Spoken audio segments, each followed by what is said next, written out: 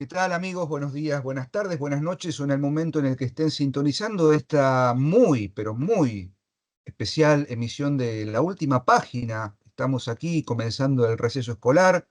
Me acompaña, por supuesto, como siempre, el ínclito Sebastián Porrini, que está puesto a una distancia considerable, pero él siempre está adelante, él siempre emana su luz perenne, inmarcesible, pero hoy esa luz está acompañada por otra luz No, está imponente, totalmente, reverberante en totalmente. nuestras pantallas. Tenemos el enorme agrado y la alegría, después de un enorme periplo para poder encontrarnos, de tener como invitado especial al queridísimo Marcelo Di Marco. Saludo a Sebastián primero. ¿Qué ¿Cómo le va, tal? doctor? ¿Qué ¿Todo tal, bien? doctor? Bien, muy Y bien. ahora saludamos al querido Marcelo Di Marco. ¡Hola, Marcelo, Marce! ¿cómo hacemos, Hola Doc? muchachos, ¿cómo les va? ¿Todo ¿Qué bien? tal? Gran abrazo desde aquí, desde Mar del Plata, corazón del país marítimo.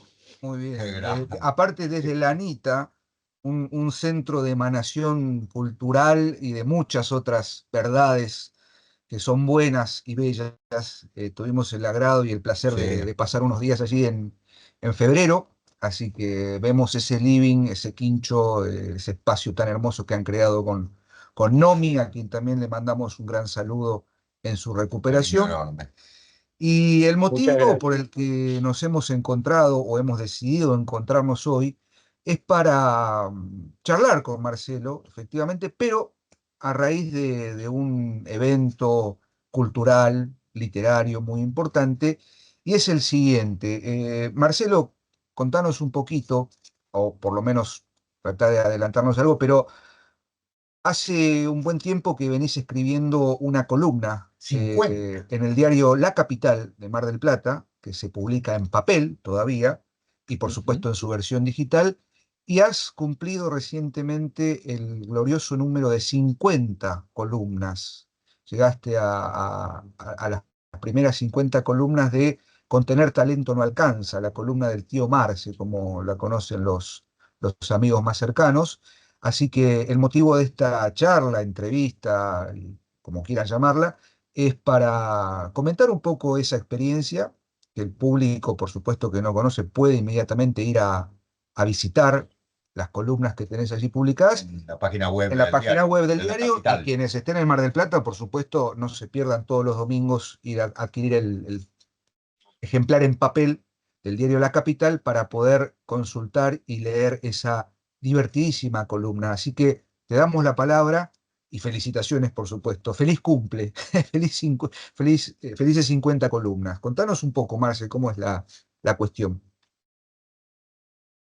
Muchísimas. Bueno, mira, haciendo todas las tramitaciones para radicarnos aquí en Mar del Plata, eso fue en el año 23, en 2023, el 14 de enero, ya está viendo acá en La Anita. Es el día oficial de nuestra mudanza. Pero previamente, entre esos trámites con escribanos, abogados, etcétera, ahí se me ocurrió decirle a Noemí, mira, vamos a hacer una cosa. A una Jenny de Mar del Plata, compramos un taller de corte y corrección, un ejemplar, y lo dejamos en la redacción de La Capital y con una cartita que diga, bueno, si quieren tener comunicación conmigo, nos estamos radicando aquí a Mar del Plata. Bueno, efectivamente lo hicimos, fuimos a Jenny, de ahí fuimos a la redacción de La Capital, estamos en mesa de entradas, no había nadie, pero se comunica conmigo Dante Galdona, que es el editor de la sección Cultura de la capital de Mar del Plata, y me dice, Marcelo, yo me formé con tus libros, me mandó fotos de las tapas de otros Qué libros, La maravilla. Teresa escribí, La Teresa bárbaro. Y me dice, mira, escribí lo que quieras, para vos está todo. Me hizo Excelente. una hermosa entrevista, Dante, y después, cuando quedó un lugar que habían dejado otros autores, otra gente que hace taller aquí en Mar del Plata, ahí se me ocurrió justamente proponerle, Sí. respondiendo a su cordial invitación, proponerle unas columnas con tips de escritura. Esa es a Dante le encantó la idea de inmediato y la empecé a diseñar. La idea era justamente que yo interactuara, es muy autorreferencial el libro, o sea, digo libro porque a lo largo de las columnas vi la posibilidad de reunir todo en un libro. Y así que fui dándole esa forma e incluso derivó hacia la novela. ¿M? ¿Por qué? Porque la base original es un diálogo entre Tío Marce, que vengo a ser yo, y Pucas, Francisco Javier Pucas, que justamente vendría a ser un discípulo mío de acá de Mar del Plata. Es un personaje ficticio. Todo empieza como empieza el padre Castellani y su majestad Dulcinea, con una parodia de Cervantes, de cómo el sol amanece y todo. Entonces, en cada nota aparece el dorado Apolo, refulgía sus rayos. Entonces yo empecé a poner amigos ahí sobre el letrero de la carnicería, el hornero, ¿no? Por ejemplo, bueno, la gente, claro, la gente chocha. Y Excelente. Puca se levanta, va hacia la casa de Di Marco y tienen este diálogo, bien armado con el estilo de aquel gran cuentista, el primer cuentista de nuestra literatura, el infante don Juan Manuel. Recuerdan Sí, que el libro de los ejemplos estaba justamente armado con un formato sí. idéntico en todos, ¿no? Marco, un Viene marco. un Claro. marco, el marco es el cuento enmarcado. Y viene el infante, digamos, el conde Lucanor, y le plantea un problema de Estado a su ayo. Y el ayo, Patronio, no confundir con el autor de Satiricón, le dice, digamos, bueno, tengo una historia pertinente para esta cuestión. Y siempre, siempre lo mismo. Bueno, hice eso. Y todas las notas terminaban con la frase, uno le decía, con tener talento, y el otro le contestaba, no te alcanza. ¿Ves? El Claro. título de lo que terminó convirtiéndose en un libro. Y vos es que Dante Galdona le lleva la idea a Rocío Berlucía, que es su ayudante, su colaboradora inmediata en la capital, y Lucía la captó al toque. Dice, esto va a ser igual en todas las notas, ¿no es cierto? Sí, efectivamente. Y dijo Rocío, este Pucas es por Capus, ¿no? La peor forma. O sea, yo lo hice a propósito. Francisco Javier Capus,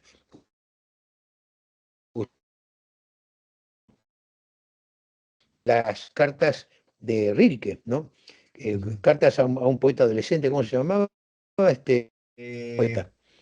Reiner María Rilke tenía un discípulo, que era un chico que estaba en la academia militar, Capus, y bueno, se estableció un diálogo epistolar entre ellos. Y a mí me gustó la idea, digamos, como un dato como un huevito de Pascua, ¿no? Un extra egg, mandarle Pucas, que vendría a ser un anagrama, correcto. y Rocío la casó al toque y le encantó la idea. Así que se empieza a establecer un diálogo entre Pucas, que a veces lo llaman Puquitas también, y Chelo, de hacer yo. Aparece Nomi, aparece gente del barrio incluso, como les decía, y se fue convirtiendo en una novela. Hay de repente un momento en que están siendo cercados por una sombra con mayúscula. Recuerden el concepto junguiano de la sombra, porque justamente el pibe siente en sí toda una tremenda desazón pensando en el fracaso o en el fracaso posible. Y bueno, es la sombra que hay que combatir. En un momento dado, en la playa, en medio de un escenario terrorífico, la sombra se enfrenta a ellos, a Tío Marce y a Pucas. El chiste muy Lovecraftiano, muy, muy tremendo. Se va entrelazando opciones de escritura literaria, ves que vendría a ser el quinto libro sobre tips de escritura, pero lo que al principio era solamente contar de dónde va la coma o qué hacer con los adjetivos, me permitió toda la evolución de las columnas rebautizar la bajada y en lugar de ponerle nuevos tips de escritura, le puse un título que puede llegar a sonar pomposo, pero creo que representa perfectamente el espíritu del libro. Sería, con tener talento no te alcanza, y la bajada, Ética de la escritura. Ética, muy bueno, muy bueno, excelente. O sea, O sea, sí, vos calculás una cosa, el último libro que escribimos sobre escritura con Nomi data del 2002 y es el segundo tomo de los Atreverse a corregir. Canela tuvo muy buen criterio de pedirnos dos libros y no sabíamos cómo hacer porque con un libro de tips de escritura está bien, el Atreverse a escribir. Y vos sabés que volvíamos de Sudamericana con Nomi en el taxi. Y dice, ya sé lo que vamos a hacer con Canela. Canela en ese momento era la directora sí, de la parte infantil juvenil. Bien, sí, señor. una persona muy, muy conocida por su aparición en televisión, etcétera. Ujú, Giliola Sequín es el verdadero nombre de ella. Canela, exactamente. para los conocidos amigos y los que la recordamos de la tele también. Y Nomi me dice, mira, ya tengo el segundo libro, va a ser así. Escribamos un libro con tips de escritura, consignas para largar la escritura. Canela nos había pedido la versión pediátrica del taller de corte y corrección. Claro, Ante el éxito que tuvo el taller de corte y pediátrica. corrección, me pidieron, claro, me pidieron la parte, digamos, de poesía, de ahí nació hacer el verso. Canela dijo, bueno, quiero, esto de la versión pediátrica es un chiste del poeta Víctor Redondo, así lo llama él a esos libros, ¿no? Que era, Eh, mm, entonces no me dije, ya tengo el segundo libro. En un primer libro vamos a poner justamente consignas de escritura, atreverse a escribir. Y en el segundo, cómo se corrigen esas consignas del primero. A Canela le encantó, inmediatamente la compró y así que nos pusimos a escribir con Nomi esos dos libros, atreverse a escribir y atreverse a corregir. Em, los tengo, a ver, mira, vamos a hacerlo así, sale bien, bien dinámico todo. Me voy para totalmente. acá. De paso, estamos Ahí está, paseando por la pasemos. casa de Marcelo, por la Anita. Miren qué bonito. Exactamente, no sé si da Miren al qué Ah, parque. lindo. qué lindo eso. Qué lindo día, Bueno, ¿eh? y acá, mira lo que tengo acá. Ahí está, mirá. Ahí está, atreverse a escribir. Correcto. A través de escribir, ve que tiene una pinta de libros para chicos. Ah, y la travesa a corregir está en otro lado que podemos ir yendo también. De paso, es muy dinámico. Tené, Este el otro día nos hicieron tené una cuidado, entrevista Marcelo, con, ¿eh? con un migrante que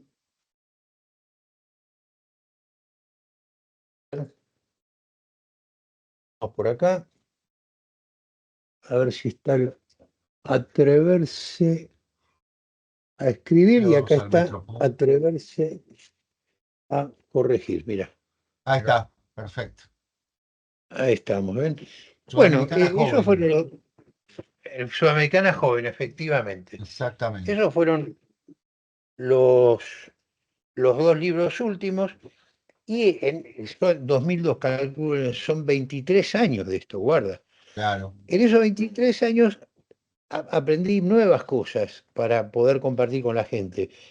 Pero además uno fue envejeciendo y ya con mis 67 años puedo asumir de alguna manera un papel de consejero.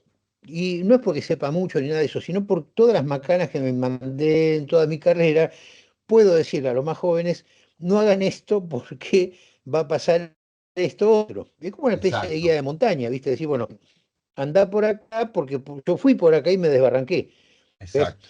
Entonces, lo que a mí me costó décadas de poder aprender, y sigo aprendiendo, porque esto no se termina de aprender, los alumnos nuestros lo aprenden en 3 meses. Esto, ojo, no es el café instantáneo, ¿eh? Estos tips están adecuados justamente para que la gente no pierda tiempo yendo por un camino equivocado. Piensen en lo de la guía de montaña. Uno puede estar escribiendo todo el tiempo, toda su vida, en un sentido,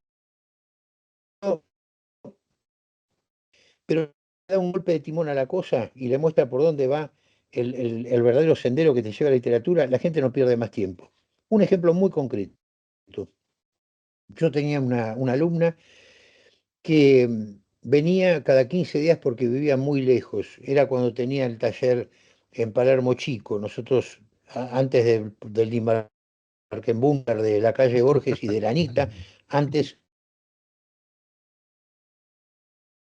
Nomi del año 78, ya van para 50 años, Nomi, qué aguante, tremendo, la verdad, te felicito.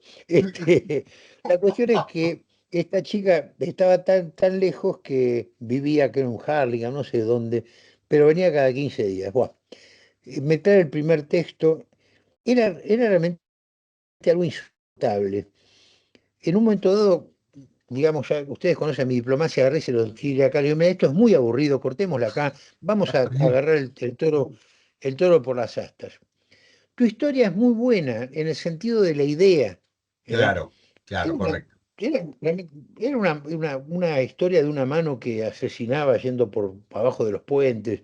La verdad es que ya despertaba mi interés por lo estrambótico, ¿no? Bárbaro. Pero ¿qué pasa? Lo que estaba escribiendo ella era simplemente un resumen argumental que llevaba ya 15 páginas más o menos. ¿Cómo un resumen argumental? Claro, ¿cómo un resumen argumental puede llevar 15 páginas? La razón es muy sencilla. Stephen King lo explica bien clarito en el prólogo a una novela formidable de él, La danza de la muerte, que después la rebautizó, hizo una especie de remake y la llama The Stand. Siempre se llamó The Stand, aquí le pusieron Apocalipsis, pero siempre es La danza de la muerte, The Stand. Una situación posapocalíptica, un brujo que domina las mentes, bueno, una novela realmente extraordinaria. Y él habla justamente en la segunda versión, aquella llamada en español Apocalipsis, habla de todo lo que enriqueció a aquella primera versión, La danza de la muerte, la primera versión, el hecho de haber quitado un montón de cosas, pero también haber desarrollado otras. Y explica el concepto de desarrollo. Porque lo primero que se dice en los talleres es tener que cortar. Aquello de Chekhov, ¿no? Saber escribir es saber tachar. Vos tenés que cortar, bueno, pero hay muchas veces que hay que desarrollar. Claro. Él dice, fíjense lo que sería la historia de Hansel y Gretel sin desarrollo. Dice así: Hansel y Gretel eran dos niños muy buenos, con un padre agradable y una madre estupenda. La estupenda madre murió y el padre se casó con una arpía. La arpía quería sacarse de encima a los niños para gastar dinero en sí misma, de manera que engatusó a su pusilánime y blando marido para que se los llevase a los niños al bosque y los matara. El padre se apiadó de ellos y en lugar de darles una muerte rápida y misericordiosa con la ayuda de su cuchillo, decidió soltarlos por el bosque para que se murieran de hambre. Los chicos erraron por ahí hasta que encontraron una casa construida de caramelo. Era propiedad de una bruja que practicaba el canibalismo. La bruja los encerró, le dijo que cuando estuvieran fuertes y gordos se los comería, pero los niños lograron burlar a la bruja, le echaron en su propia estufa y después se ve que encontraron un mapa porque pudieron volver tranquilamente a su casa donde el padre ya se había desembarazado de la arpía y los tres vivieron felices para siempre, fin. Lo que dice Stephen King es que eso no es Hansel y Gretel, en todo caso es el argumento de Hansel, Claro. con todas las cosas buenas quitadas. Por ejemplo, dice, ¿dónde está el rastro de migas? Porque cualquiera de la gente de nuestra querida teleaudiencia que nos está viendo y escuchando ahora, cuando yo mencioné Hansel y Gretel, lo primero que se les apareció en la Sí, cabeza sí, fue el caminito. ¿A ustedes les pasó? sí, El exacto, caminito, el caminito de exacto. migas y los pájaros, es una idea formidable. Pero eso, en un resumen argumental, explica Stephen King, y estoy de acuerdo con él, no se puede poner, no es cosa de poner Claro, en un escrito. Entonces, esa historia, dice él, lo que acabo de contar, ¿no? Lo que acabo de narrar, no tiene riqueza y no tiene dimensión. Es como un Cadillac hermoso, ¿no? Porque funciona, la historia funciona, es buenísima, pero le falta esos componentes, esos recursos justamente que hacen que esa historia sea realmente inolvidable. totalmente. ¿Dónde está, dónde está, dice Stephen King en ese resumen, el huesito de pollo? ¿Mm? Está Sí, donde señor. dice, los niños engañaron al hechicero. Exacto. Eso a mí, como lector, no me dice nada. Huesito, ¿no? Y hago que el lector mismo, por ese bombardeo formidable a los sentidos del lector, toque el huesito de pollo, ¿no? Se ve que la bruja era muy corta de vista, demasiado tarada para darse cuenta de que eso le hacemos, le hacemos creer que estoy flaquito todavía, pero no, el pobre Hansel iba engordando. Lo que pasa es que querían eludir el apetito feroz de la bruja que se los quería comer. Bueno, si yo de repente digo, em, cuando llegaron a esa extraña casa y se acercaron a la puerta, Hansel descubrió que estaba recubierta de chocolate. No, en realidad no. Al mirar con más detenimiento, descubrió que era de chocolate. Y la manija de la puerta era de un color ambarino. Y cuando la tocó la mano se le quedó pegoteada y le dijo a Gretel, Gretel, esto es caramelo, ¿cómo va a ser caramelo? Sí, sí, le pasó la lengua por la palma de la mano y descubrió que sí, era caramelo y era el mejor sabor, de manera que decidieron entrar. Bueno, es otra cosa, es otra cosa. Ahí los sentidos del lector ya están siendo bombardeados gracias a haber bombardeado el sentido, los sentidos del personaje. La vista, el tacto, el gusto. Y de repente cuando entraron, olieron un aroma maravilloso, parecía que se estaba cocinando un dulce de grosellas. Y, y oyeron también una voz que preguntaba quiénes son, ya está, sentido del oído también, ya tenés la vividez. Cuando vos a un resumen lo atravesás con esos elementos que toquen a los sentidos del lector, del lector, tenés asegurada la vida de la narración. Ya no estás narrando, estás mostrando, estás logrando que la escuela, que oiga, ¿ves? Todo eso estás consiguiendo. Todo esto fue lo que le expliqué en una clase a esta chica. Y a los 15 días me trajo la misma historia, pero con un vigor impresionante, porque entendió justamente la diferencia que hay. No sé si era la misma historia u otra nueva, pero lo cierto es que parecían dos autoras completamente distintas. En 15 días, en una hora y media de taller, ella trabajó 15 días, pero la base estuvo dada en una hora y media de taller en Correcto. donde si yo no le decía nada y como hacen la inmensa mayoría de los coordinadores truchos, te dicen, ah, está muy bien, llévalo a tu casa y trabajalo, muy interesante, llévalo a tu casa y trabajalo. Y la próxima, tráete la cuota, por favor, no te olvides de la cuotita. En el caso nuestro, nosotros preferimos morirnos de hambre antes de caer en un fraude semejante.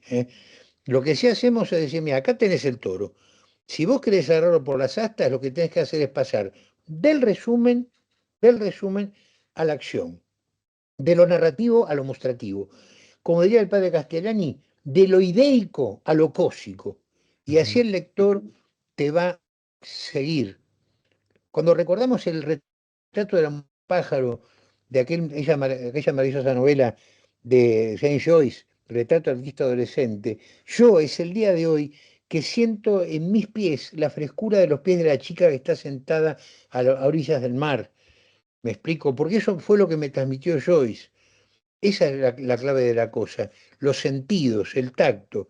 Yo desafío a, a la gente que nos está viendo y escuchando que hagan esta prueba.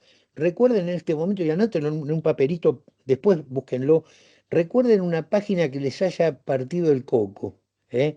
El momento en que nos damos cuenta de que el pullover está cogotando y está sofocando a esa persona que está en el cuentazo aquel de No se Julio culpa a Cortázar. nadie, a Bueno, nadie. no se Claro. culpa a nadie. Recordarán ustedes todo lo que está pasando y por qué lo recuerdan, porque esa sensación de sofoco la tenemos nosotros. Recuerden una bonita página, recuerden una página realmente que los haya deslumbrado y busquen con un lápiz, busquen los sentidos del olfato, del oído, del gusto, ahí van a ver que están, van a ver que están. Esa es la clave de la cosa. El resumen, quiero aclarar una cuestión muy importante. El resumen en narrativa es un elemento clave cuando se usa como un recurso a sabiendas. Nosotros estamos hablando, cuando decimos resumen en el sentido peyorativo, a esos borradores que traen los primerizos en donde en lugar de mostrarte por qué son buenos los niños, por qué son buenos los niños, te dicen, te narran, te cuentan que los niños son buenos. Hansel y Gretel eran dos niños muy buenos, ¿ves? Si yo de repente voy por el bosque con mi hermana, Gretel, y de repente oigo un chillido de dolor y me acerco con los arbustos, siento el olor de la clorofila, siento con más fuerza el chillido y descubro que hay una ardilla con la pata rota y me corto la camisa Armani que tengo, ¿no? De repente, ¿qué demuestra eso? Bueno, en primer lugar, que soy una persona con mucha plata. Tengo una camisa Armani que me doy el gusto de cortarla, ¿no? Y con eso corto una tablita y le hago un entablillado a la pata de la ardilla. ¿Qué demuestro también? Que soy un amante de los animales, pero sobre todo demuestro que soy una persona con plata y una buena persona además. Entonces no es necesario decirle al lector lo bueno que soy, le muestro lo bueno que soy y punto. Esto está en relación con algo que decía Ortega en Ideas sobre la novela. No sirve de nada decir que tal o cual señor es un personaje muy, muy violento. Póngalo usted en un ataque de cólera, de Claro, violencia, de ese personaje, ponerlo, tirar un teléfono contra la pared, y el lector no va a necesitar que vos le digas que el tipo exacto. es un tipo colérico, lo va a vivir, lo va a vivir. ¿M? Esto es lo que justamente faltaba en la versión que hizo Stephen King a propósito de Hansel y Gretel, aquello de aquel resumen tonto que les conté recién. Tonto en el sentido de la factura, que insisto, un alumno me trae esa idea y yo digo, mira, esto es formidable, ahora pasarla por escrito, hay que Exacto. pasarla por escrito. Un ejemplo concreto permite explicar mucho mejor esto. Marcelo Zamboni, novelista, amigo mío en su momento y médico. La cuestión es que Zamboni vivía muy lejos del hospital en el que trabajaba. Entonces, ¿qué hacía él? Se había comprado un grabador de esos profesionales Sí, de periodistas que se activan con la voz. Entonces iba manejando de vuelta a su casa del hospital, un largo trayecto, iba manejando y empezaba a contar una historia. Empezaba a contar una historia, a inventar una historia. Después llegaba a su casa, transcribía lo que había grabado y ya tenía, ¿qué tenía ahí? el El argumento. cuento o claro, el argumento, el Exacto. borrador Perfecto. del argumento que después vamos a desarrollar. Entonces, escuchen esto. Yo estoy haciendo así, sobre el teclado. Estoy escribiendo, ¿verdad? Sí, estoy tipeando. Estoy tipeando. Marcelo está escribiendo, Zamboni, ¿no? Está escribiendo cuando graba con su voz, no está escribiendo. Entonces, ¿por qué decimos que yo, dando el argumento, estoy escribiendo? No estoy escribiendo. Esta es la diferencia que marcaba un gran crítico argentino. Él decía que, de cine, él decía que los Lumière no inventaron el cine, que los que inventaron el cine fueron los norteamericanos, los que pudieron darle una gramática. Lo que sí inventaron los Lumière es la máquina de poner escenas en movimiento, de captar imágenes en movimiento, nada más que eso. Ojo, producto genial, pero la prueba está que no sabían qué hacer con eso. Claro. Hasta que, bueno, apareció un señor llamado Méliès, que era un mago de, de- que hay un conocer y daba magia, y aquella época la maquinita del biógrafo, el biograph, la vida graficada, servía, digamos, como si fuera la internet de hoy día. ¿Qué bar no le pone wifi para sus clientes? Bueno, todo el mundo quería tener la maquinita esa. Entonces, bueno, fue uno de los tantos que compró esa máquina. Y bueno, para pasar pavadas, ¿viste? Gente saliendo de un tranvía, qué sé yo, Las un vistas, claro. caballo, ¿eh? Las ¿Cómo, vistas, cómo? ¿no? Se decía Sí, vista. directamente. Ah, Nada más que eso, simplemente. Es lo mismo que si uno agarra cuando filma a su nieta, no está haciendo cine, ¿no? Bueno, claro, es así, claro. Tampoco estoy haciendo literatura, a eso voy, cuando escribo el argumento que se me acaba de ocurrir. exacto. Yo soy Stevenson, sueño con una historia tremenda de un señor que se manda un brebaje y se convierte. Ahora, si no tengo la capacidad de un Stevenson para poder transmitir eso literariamente, quedó sepulto como una idea genial. Me estoy Claro, refiriendo lógicamente a Jekyll. Bueno, la cuestión es que ahí tenemos de la cosa. Lumière se compra el aparatito, se pone a filmar en las calles de París y cuando reproduce lo grabado ese día, descubre el montaje. ¿Por qué? Porque una carroza blanca con caballos deslumbrantes, con sus penachos blancos, etcétera, se convierte en una carroza fúnebre, con caballos negros, todos con claro. penachos negros terribles. Y dice, esto es una metáfora. Acá tenemos dos planos. ¿Qué pasó acá? Y bueno, Dios, que tiene un dedo así de grande, dijo, voy a cortar el automático de la cámara en este momento, a ver si a este tipo se le ocurre, a ver qué hice yo con mi dedo, dice Dios. Dios metió el dedo, sacó el dedo y empezó a andar la carroza negra que pasó justo por ahí. Así que bueno, Meliela compró la idea, esa casualidad, entre comillas, y descubrió el montaje y esa metáfora formidable de aquello de ognuno está solo sul cuor di la terra, trafitto de un rayo di sole e de súbito sera. Sí, Uno señor. está, ¿no? Salvatore Quasimodo. Estás Exactamente. en una carroza blanca plena de vida y de repente cera se convirtió en la noche de una carroza fúnebre. Y así nació el cine. Después los norteamericanos, Griffith le puso una gramática y ahí se crea justamente la idea del cine como arte, porque, insisto, no sabían qué hacer. Yo soy Stevenson, no soy escritor, tengo esta idea en la cabeza, ¿qué hago? Muere conmigo. Pero si de repente Stevenson viene al taller de corte y corrección, y estoy dando acá una propaganda final, en 1 hora y media te van a decir que no sirve para nada decir la gente salió del lugar, porque el lector no ve nada ahí. Decile, el escuadrón salió del cuartel y ahí va a haber algo más. Claro, ¿Eh? Y correcto. ponerlos a fumar en pipa, tirarle el olor del tabaco, ponerlos a reírse, tirarle el sentido del oído, ponerlos a tocar chicas por la calle, a ese escuadrón, sentido del tacto. Mira, Es así de sencillo. Yo te voy a Es, Marcelo, tocar chicas por la calle. valga decir, no, sí, claro, es estupendo. El ejemplo es estupendo. Sí. Lo de las es que chicas en uno la lo calle me siente, encantó. lo sintieron en la mano, sobre todo ustedes que son gente casada.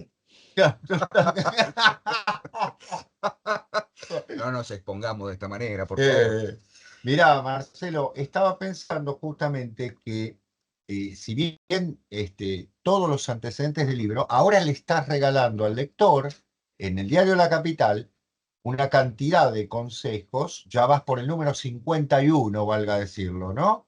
Sí, 51, señor. ya salió el 51. Hoy, hoy entrego el 52, Ahí está, bueno, ahí estamos. Eh, que lo tengo acá, de primicia. Elogio del Moco, Uf, qué grande. Qué grande. Ahí está Pucas, ahí lo vemos. Tío Marce, estupendo.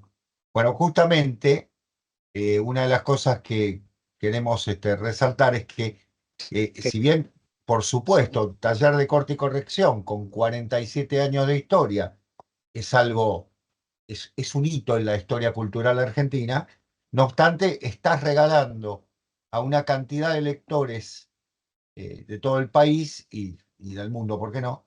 Eh, tu, todo tu conocimiento a partir de las columnas del diario La Capital. Y realmente, por eso te estábamos llamando, aparte obviamente del taller, esta idea de regalarnos esto, que es con una frescura muy particular, porque vos lo decías, hay un diálogo, ¿no? Con un muchacho y lo estás acercando a la creación y demás. Que valga decir, Marcelo, decinos cuántos alumnos tenés ahora. ¿El taller cuántos tiene?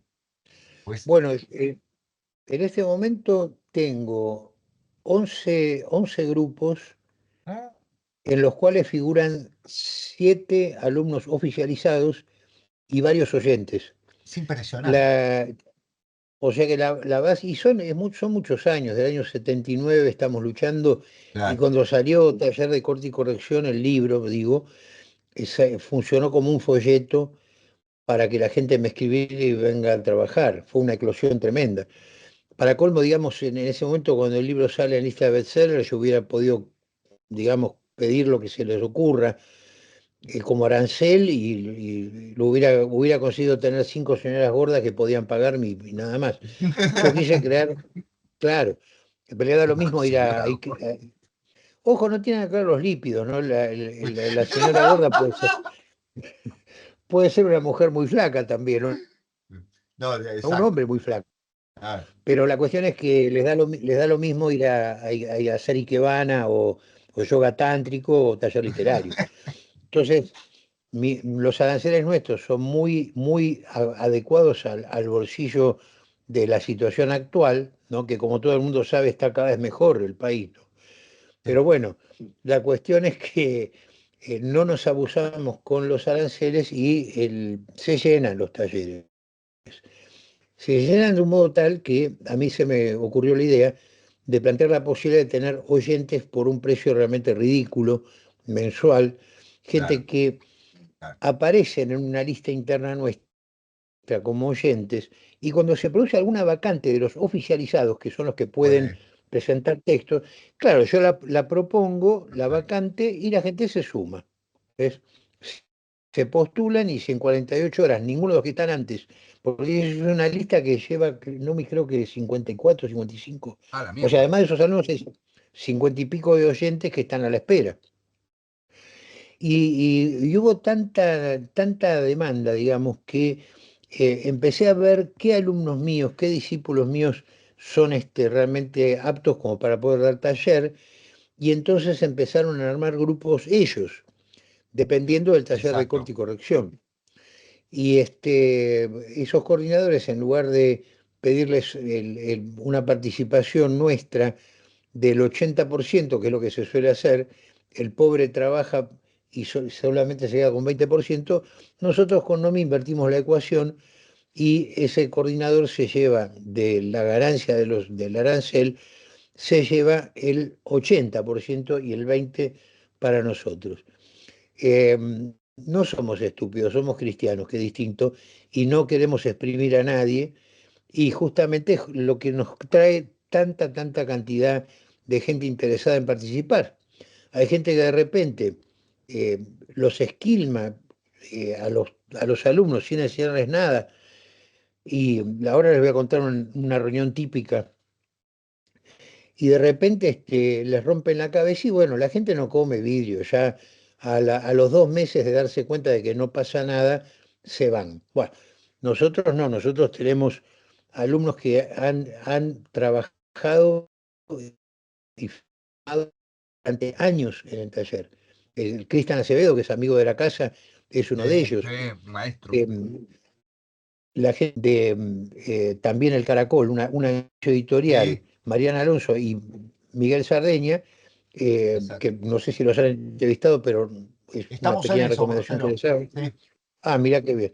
Bueno, sí, sí, Miguel sí. estuvo 8 años de taller y Perfecto. llegó a finalista en el del premio Clarín, que Cristian. Nosotros, miren, tenemos acá, para el que no conoce, tienen acá el logo del taller. Sí, señor. Y cuando llegamos a la Anita, miren lo que hicimos hacer. A ver si se ve ahí. Sí, Ah, el sí, ¿Se tallado. ve? correcto. Está en la madera. Bueno, todo esto que ustedes ven acá, todo esto que ven acá, Es la obra de los... todo. De los talleristas nuestros. Claro. Acá está mi paso por este.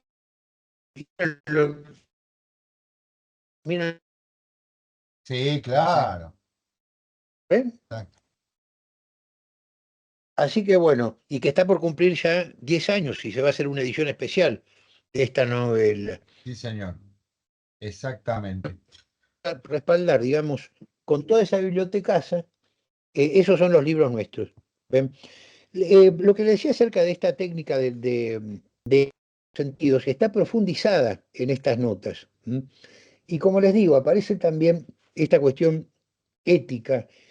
Hoy día la gran preocupación mía, y en las últimas notas estoy dando cuenta de eso, es el hecho de la inteligencia artificial, Ujú. que a ustedes como docentes les puede llegar a traer más de un dolor de cabeza. Sin duda, sin Les duda. pongo un ejemplo, les pongo un ejemplo muy concreto. Em, Ustedes con toda la mejor intención del mundo le dicen a sus alumnos, miren, si hoy en estos días la sociedad masificada rehúye de las definiciones, le tienen terror a definir las cosas. Entonces vamos a entrenarnos en eso. ¿Me pueden, por favor, definir la palabra pizca? Pizca, no la esposa del pisco, sino pizca con Z. Sí, sí. Yo lo puse en la inteligencia artificial, me dice, pizca, porción que puede sostenerse entre el índice y el pulgar, ta, ta, ta, ta. Bárbaro. Después que agarré, fui al Google y puse exactamente eso, restringiendo la búsqueda, entre comillas. ¿Viste? Ujú. Bueno, Diste la definición, con esa partiste de la N, definición. agarré la definición, la metí entre comillas Perfecto. en el Google, fui a herramientas y descubro que eso fue creado por la inteligencia artificial en un nanosegundo, no la sacó de ninguna parte. Y la definición era realmente perfecta, perfecta de toda perfección. O sea, no estaba en ningún lugar. ¿Cómo hacen Ortega y Porrini para descubrir el fraude de ese alumno que inventó una tremenda, tremenda, tremenda definición de la palabra pizca tan simple Exacto. o no los está caminando? Totalmente. Y esto, ojo, esto recién empieza, ¿eh? De acá a un año, ¿qué digo? De acá a 6, 8 meses va a ser imposible de determinarlo. Hoy ya es imposible Exacto. determinarlo con este simple ejemplo. ¿Qué hacemos? ¿Le ponemos un 10 o le ponemos un 0 por...? Claro. Entonces, acá caemos en la misma historia siempre. Si vos tenés una estructura de pecado, como llamaba Juan Pablo II a lo que caracteriza a nuestra sociedad, los chicos van a ir en masa a buscar la inteligencia artificial a ver cuál es la definición que me pidieron Ortega y Porrini para agilizarnos el bocho. La encontramos, la descubrimos, la ponemos ahí, les hacemos creer que es nuestra, porque es más, va a aparecer distintas definiciones, además. Claro. Entonces, ¿qué sucede? Mi cabecita no está pensando.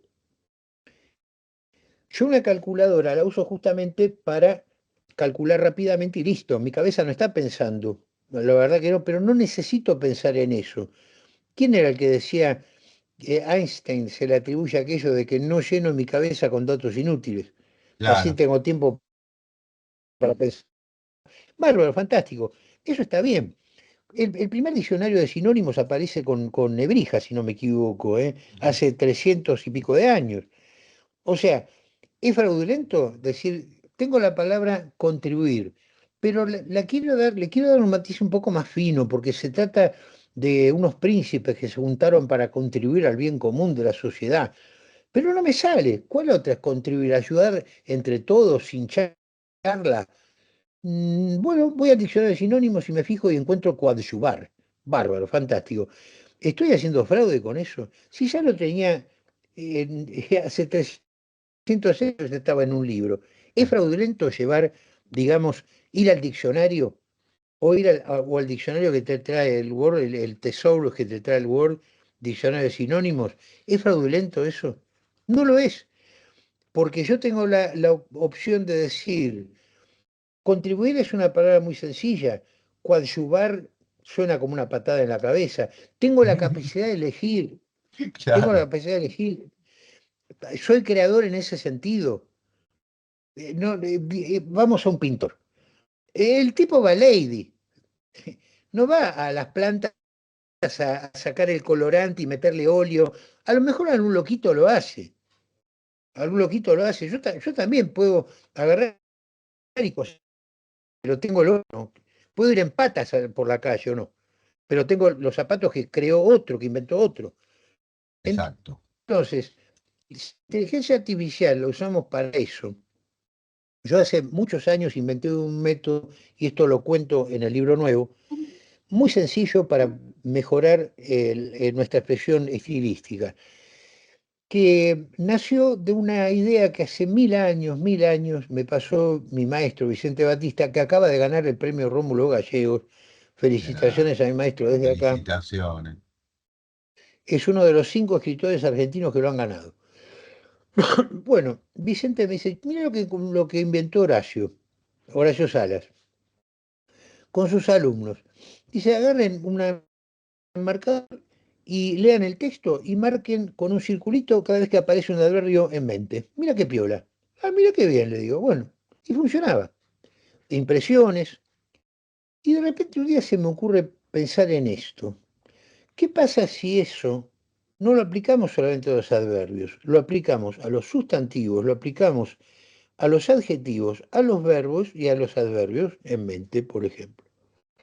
Y así nació algo que Jorge Nieva, un escritor que ya murió el Extracolor, año pasado, ¿no? le hice justamente la caricatura. Jorge Nieva inventó el método este que mencionaste recién, el tetracolor, y inventó el nombre, el método lo inventé Correcto. yo, pero le puso que después quedó tetra. Ahora bien, mis alumnos laburando con eso, encontrar, bueno, es un método diagnóstico, fantástico. No es de creación, no es de cura, pero para nada. Es un método que te permite decir, la estación de servicio estaba al borde del camino. Estaban muy contentos de haberla descubierto. Bueno, marqué los verbos, ¿qué encontré? Estábamos, pam, pam, pam, pam, pam, pam, Ah. dimarcarse, claro, tenés que hacer algo con eso. Si la, si- si la Y estación de marcas. servicio estaba en la lona, ya en sus últimos momentos, vamos a cambiar ese primer estaba, y ahí viene la creatividad de cada cual, por la estación de servicio agonizaba a borde del camino. Ujú. ¿Cambió un poquito o no cambió un poquito? Claro, totalmente. Con, con este método, y esto es un secreto, podés llegar a corregir hasta Borges. Borges, Borges en Tigres Azules dice, la aldea estaba agazapada al pie de un cerro. ¿Sí? ¿Qué harían ustedes con esa estaba agazapada? ¿Qué haría Borges si hubiera trabajado con los circulitos esos, con los colores? La aldea se agazapaba al pie de un cerro. Claro. ¿No es más borgiano? Ujú. Exacto. Porque dicho de paso, en ese fragmento de Tigres Azules, el verbo estar aparece como 2 o 3 veces. Estupendo. Ahí está la clave. Vos decís, Y hasta el mejor Benito, Borges, cazador se le no, escapa la liebre, Marcelo. no, no, claro, pero ahí está la cuestión, ahí está la cuestión. Podés corregir a cualquiera. El otro día un Mm. alumno yo había ido al baño y escuché que hablaban, ¿no? Vuelvo a la máquina, y ¿qué andan diciendo por ahí? Y un alumno mexicano dice, no, maestro, que yo pienso que a un Rulfo usted no podría corregirle nada, ¿viste? Bueno, vamos a hacer una cosa, le digo, ¿qué te llamas? Yo paso la barra de scroll, brr, brr, brr, brr, brr, así, y vos decime cuándo me detengo, ¿eh? Y yo me detengo en el párrafo que vos me digas en esta especie de ruleta. No se Bueno, puede hacer más voy con lento, la barra diría de René scroll, Laván. exactamente. Encontramos un fragmento que había una palabra acá idéntica a otra que estaba acá. Y yo digo, ven que esto se puede cambiar por tal o cual cosa, ni me acuerdo ahora, ¿no? Lo tengo anotado. ¿Se puede cambiar por tal o cual cosa? Se puede. ¡Pou! Fíjese, si me permiten la primicia, un poquito de la nota de Elogio del Moco, ¿no? Que es la que va a salir el domingo que viene. Em, Acá dice,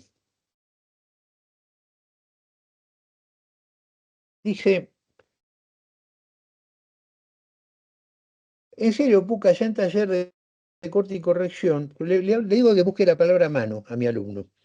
Ya en taller de corte y corrección, el libro, hablando del ocultamiento voluntario de elementos, señalé que la expresión sujetó las riendas con la mano puede decirse con la mitad de las palabras.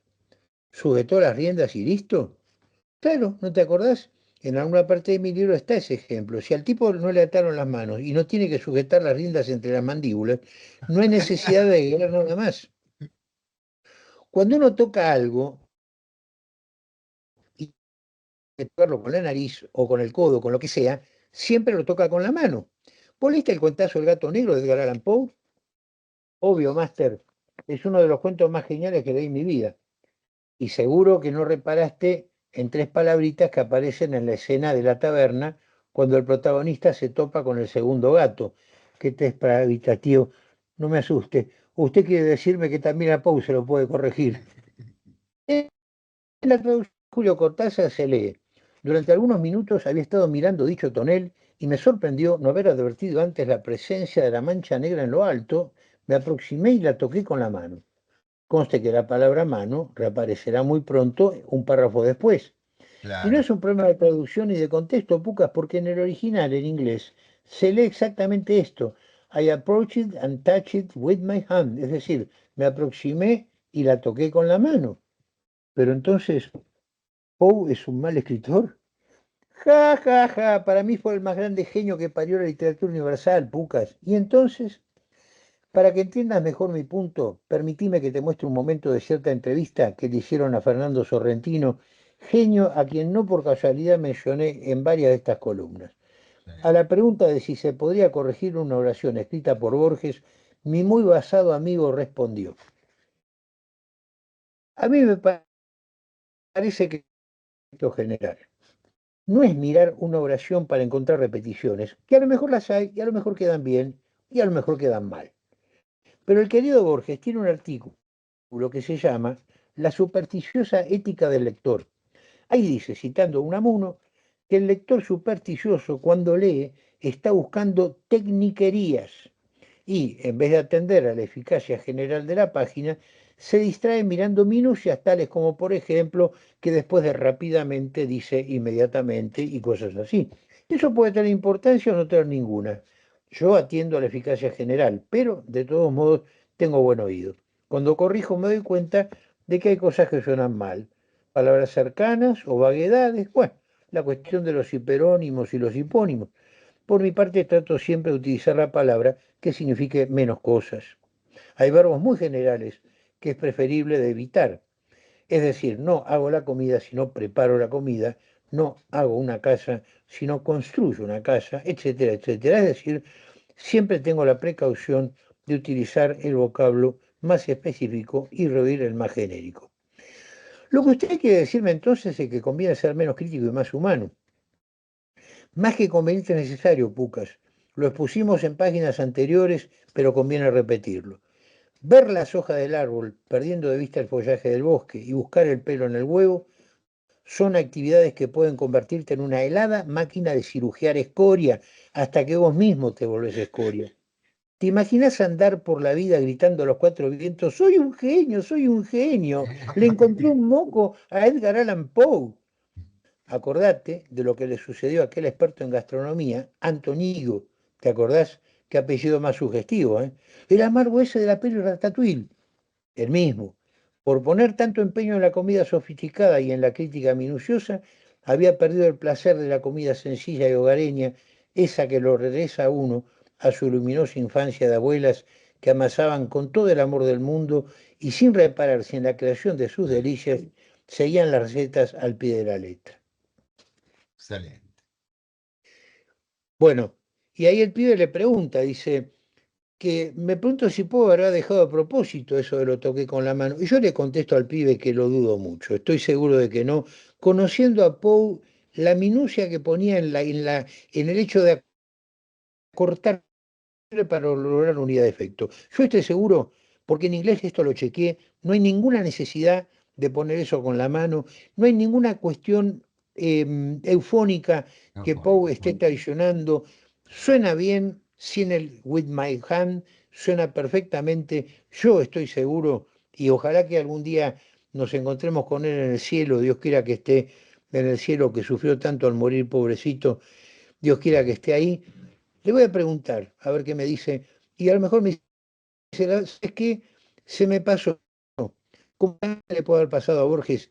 Porque estoy seguro, y ustedes conocen de Borges de pe a pa, que él hubiera dicho: la aldea se agazapaba al pie de un cerro. Sin No duda, que la aldea estaba agazapada al pie de un cerro. ¿O no? sin duda. una opción. Claro. Hay algo, Marce, que dijiste a lo largo de toda esta exposición magnífica y que resuena un poco en estos tiempos. Lo primero, esencialmente, es la diferencia entre trama y tema, ¿no? Una cosa es el argumento y otra cosa es el tema, el producto final que, bien dijiste, tipear no es escribir, o sea, volcar palabras o oraciones no es hacer literatura. Pero en esto que señalaste a lo último, me parece que está impregnada la idea de el efecto que tiene que producir el texto literario. Quiero decir con Claro. esto, me gustaría pensar, o me gustaría suponer con mucha valentía, que la necesidad de ponerlo toqué con la mano responde al espíritu de ese narrador en primera persona, por cierto, que todo el tiempo está dando a entender que quizás ese segundo gato, que paradójicamente es idéntico al primero y que encima tiene una mancha blanca, parecida como a una horca, que es la forma con la que mató al otro gato, ahorcado, que luego aparece sobreimpreso en la pared quemada, etcétera. La necesidad de afirmar que ese gato existe para ese narrador. Por eso lo tiene que tocar con la mano. Es una sutileza muy pequeña porque al final del cuento, todos los que están escuchando esto ya deben haberlo leído y si no lo hicieron, vayan y léanlo. Tiene que ver con, ¿existe ese segundo gato? ¿No existe? Es una fabulación de este hombre que cada vez está más embebido, no solo en su estado inestable, valga la redundancia, sino en el alcohol y en la furia desmedida y que termina matando a la mujer, etcétera, etcétera. Quizás se le haya pasado, quizás no haya ninguna ruptura estilística, etcétera, pero sí hay un efecto necesario para decirlo. Toqué con la mano en el sentido de esto para mí existe. Estará en el lector identificar si existe o no, ¿no? Bueno, en ese caso estamos en presencia de un recurso muy, muy conocido y muy eficaz. Es el mismo que aquel recurso que uno cuando dice lo vi con mis propios ojos está empleando para darle más fuerza a la expresión. Ese recurso se llama pleonasmo. Es como el colesterol bueno y el colesterol malo, ¿no? Hay un colesterol bueno y hay también una redundancia buena que sirve para afianzar las cosas que se llama pleonasmo. Lo pensé también, por ahí lo meto en el texto, ahora que todavía no lo envié a la redacción, a Galdona, la nota, podría poner ahí, está la posibilidad de que sea un pleonasmo, Master, y puede ser, qué sé yo. Yo en el taller eso, a mí viene Pau y yo se lo saco. ¿Qué querés que te diga? Marce, a Que me ver, perdonen, ojo, insisto, ojo, para mí, y puedo dar razones de por qué afirmo que Poe es el más grande escritor de la historia de la literatura, No sin cabe ningún duda. problema. No No cabe tengo duda. ningún drama. Si quieren lo hacemos en otra entrevista, pero a eso, honestamente, dejas abierta la puerta para una próxima entrevista, por dos razones. Primero, porque estamos con el tiempo bastante ajustadito y nos quedaríamos horas hablando. Yo te hago una propuesta que viene en dos partes. La primera, un pequeño comentario sobre lo que se viene en tu obra, más allá de lo que estás Sí, haciendo los domingos tenemos y esta algo. novela. Y segundo, invitarte y dejar abierta la posibilidad de que estas charlas, que podemos ubicarlas dentro de la última página, como podemos ubicarla en otra sección, se repitan y se hagan un poco más periódicas, porque es realmente Totalmente. impresionante lo que en una hora has dicho. eh, Claramente, y por supuesto invitamos a todos los que están viendo esta emisión de la última página que pongan en el buscador, que investiguen, que nos pregunten y vayan al taller de corte y corrección de Marcelo Di Marco con todo su equipo, porque es impecable y muy necesario en estos tiempos invertir el tiempo y el dinero, por supuesto, en lo que vale la pena y lo que has expuesto en esta hora es magnífico. Así que la invitación está abierta. Y contanos un poquito, hay una novela ahí ya terminada Exactamente. que hemos tenido el gusto de tener en su versión manuscrita, o sea, en su versión, digamos, sin galeras, no está en galeras creo todavía, o por ahí anda, que es La muerte por mil cortes.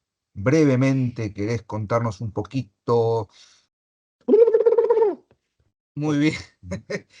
Marce, en una próxima entrevista entonces vamos a hablar de la muerte por 1000 cortes y por nuestra parte agradecidísimos por tu tiempo Cuando y por tu generosidad. Y vamos a vernos muy pronto, ¿sí? Le mando a nuestra querida audiencia un enorme abrazo y pueden seguirnos a nosotros también en Taller de Corte y Corrección. Suscríbanse a Muy este bien, canal que viene de 10 y al nuestro también de paso. Muchas gracias por un perfecto. todo, abrazo muchachos. enorme, Marcelo. Saludos a Un Nomi, Marce. corazón Abrazo a gigantesco. Nomi también. Nos Hasta vemos. pronto. Ci vediamo. De corazón. Ci vediamo.